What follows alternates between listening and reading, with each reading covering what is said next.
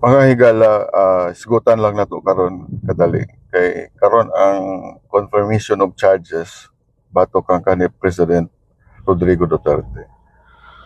Ako lang is lakbit sa inyo unsa siya ka importante pod sa kuha tungod kay kadtong nagka-problema ko sa una sa ABS-CBN. Ah, si Mayor Duterte ang akong giduulan ug wala siya nagduha-duha nga dawaton ko samtang nagka-problema mi sa maong network. Isang pag-amigo niya ang tag-iyan atong maong network apan wala gid siya may talikod sa ko. So ang anana ang akong utang kaubuton sa iya.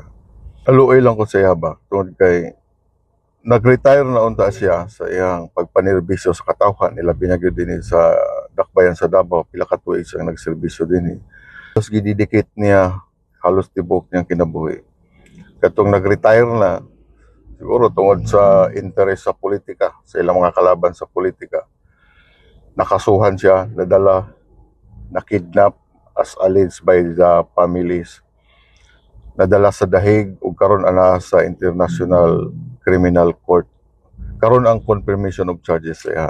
Pero padayong gibarugan ni former President Rodrigo Duterte nga dili siya mo tambong sa maong hearing tungod kay wala niya giila ang ICC nga adunay jurisdiction batok kaniya. So bisan pag yung nana na yang kahimtang gibarugan niya nga ang iyang nahimo dinhi sa atong nasod pagpakita sa iyang pagpanerbisyo alang sa kayuhan kanatong tanan. So sa ato ang kanhi presidente, laban lang, wa ta kabalo unsa giplano sa Ginoo sa ato. Siya maging nagbuot sa tanan. So Mr. President, laban lang.